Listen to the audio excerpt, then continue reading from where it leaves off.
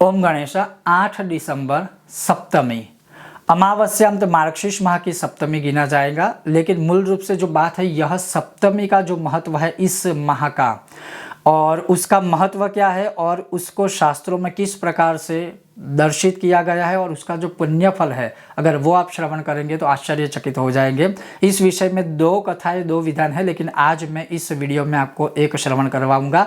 और भगवान ने इस सप्तमी को जो युधिष्ठिर का संवाद हुआ था उसमें कहा है कि इस माह की जो सप्तमी आएगी उसे प्रथम दृष्टिया कल्याण सप्तमी नाम से प्रसिद्ध होगा, या मतलब पृथ्वी पर किया जाएगा। अब इसका मतलब क्या है, तो जैसा नाम है वैसी ही सप्तमी है कि जो कल्याण करने वाली है वही सप्तमी कहलाती है। रविवार है 8 दिसंबर को सप्तमी और उस दिन भानु सप्तमी भी है। और भानु सप्तमी के विषय में जो अन्य व्रत आदि है उसके ऊपर भी हम चर्चा करेंगे, लेकिन आज मैं आपको बता रहा हूँ बहुत ही सिंपल तरीके से। जो कोई भी मनुष्य इस दिन इस कल्याण की भावना से अपने परिवार का कल्याण करने की इच्छा रखता हो वह यह व्रत कर सकते हैं। अब वो कैसे करना है क्या है वह आज मैं आपको श्रवण करवाऊंगा। अगर आपको यह विषय वीडियो पसंद आता है तो लाइक करें, शेयर करें, चैनल पर नए हो तो सब्सक्राइब कीजिएगा। तो चलिए शुरू करते हैं। अब जैसे कहा है कि युधिष्ठिर के साथ जब भगवान श्री कृष्ण का संवाद हुआ था, चर्चा हुई थी, तब भगवान ने युधिष्ठिर जी को कहा था और युधिष्ठिर ने प्रश्न पूछा था कि यह जो कल्याण नाम की सप्तमी है उसका महात्म्य क्या है। तब भगवान ने क्या कहा कि जो कोई भी मनुष्य इस सप्तमी को करेगा, वैसे अमावस्याम तो यह शुक्ल पक्ष की सप्तमी होगी तो उस प्रकार से आप देख सकते हो, अन्यथा जहाँ जिस देश काल के अनुसार जो भी माना जाता हो,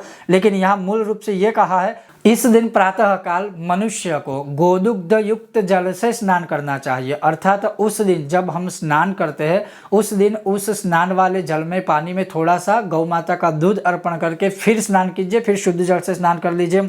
उसके पश्चात और कुछ नहीं करना है। क्रमेण यहाँ पर लिखा हुआ है कि क्रमेण जैसे ही हम स्नान कर ले उसके पश्चात तुरंत ही तांबे का कलश लीजिए, उसमें थोड़ा सा जल अर्पण कीजिए, उसमें कुमकुम है, अक्षत है या लाल रंग का पुष्प आदि है, चंदन है, कुछ भी है वो आप अर्पण कीजिए। जैसे हम सूर्य नारायण भगवान को अर्घ्य देने के लिए हर रोज जल का प्रयोग करते हैं तांबे के कलश में, उसी प्रकार से अगर कोई द्रव्य प्राप्त ना भी हो तो केवल तांबे का कलश और उसमें थोड़ा सा जल।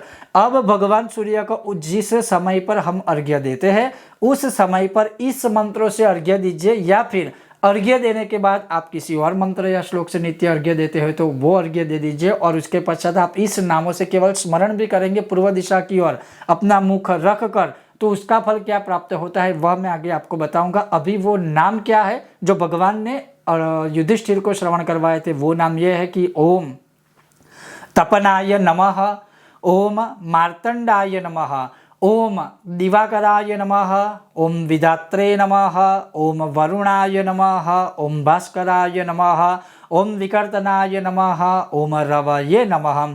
इस मंत्रों से आप पूजन भी कर सकते हो, इस मंत्रों से आप अर्घ्य भी दे सकते हो भगवान सूर्य नारायण को, और इसी मंत्रों से आप केवल नमस्कार भी कर सकते हो। अब यह नमस्कार हो जाए उसके पश्चात क्या लिखा है कि भगवान श्री सूर्य नारायण को धूप दिखाना है। जैसे हाथों में धूप लेकर पूर्व दिशा की और प्रत्यक्ष रूप से भगवान सूर्य को अर्घ्य क्षमा कीजिएगा धूप दिखाइए। और धूप दिखाते समय और कुछ नहीं बोलना है, जैसे ओम सूर्याय नमः, ओम सूर्याय नमः, ओम सूर्याय नमः, इस प्रकार से वह धूप दिखा दीजिए। फिर आप वहीं पर घर के बाहर किसी भी जगह पर आप वह धूप रख दीजिए।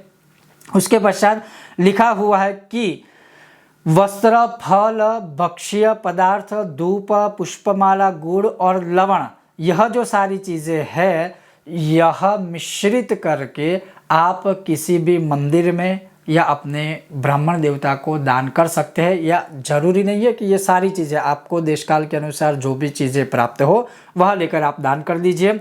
अब यह दान हो गया। उसके पश्चात लिखा है कि उस दिन मतलब इस कल्याण सप्तमी के दिन या तो आप बिना नमक का खाना खाएं, कोई भी नमक का प्रयोग ना कीजिए पूरे दिन में, या फिर एक समय केवल फलाहार कीजिए और एक समय अन्न का आहार करें, लेकिन नमक तो नहीं ही खाना है, या फिर आप केवल फलाहार कीजिए।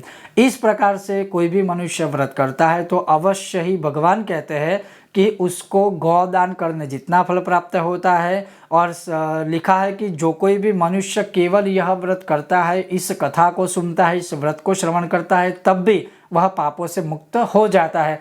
तो बहुत ही सहज है, बहुत ही सरल है और कुछ नहीं है। इसमें जो मंत्रों का स्मरण किया गया है उस मंत्रों का महात्म्य थोड़ा अधिक है। तो उस मंत्रों से या तो भगवान को नमस्कार करें, या तो हर एक दिशाओं में नमस्कार करें, या तो इसी मंत्रों से आप सूर्य नारायण भगवान को अर्घ्य दे दीजिए। बस इतना करना है। 8 दिसंबर अर्थात भानु सप्तमी, जिसको कल्याण सप्तमी भी कहा जाता है, और इसी से जुड़ा एक अन्य व्रत है भानु सप्तमी का जो दिन है, उसी का महात्म्य के अनुसार वह भी मैं बहुत जल्द आपको श्रवण करवाऊंगा। अगर आपको यह विषय वीडियो पसंद आए तो लाइक करें, शेयर करें, चैनल पर नए हो तो सब्सक्राइब करके घंटी का चिन्ह दबाइएगा।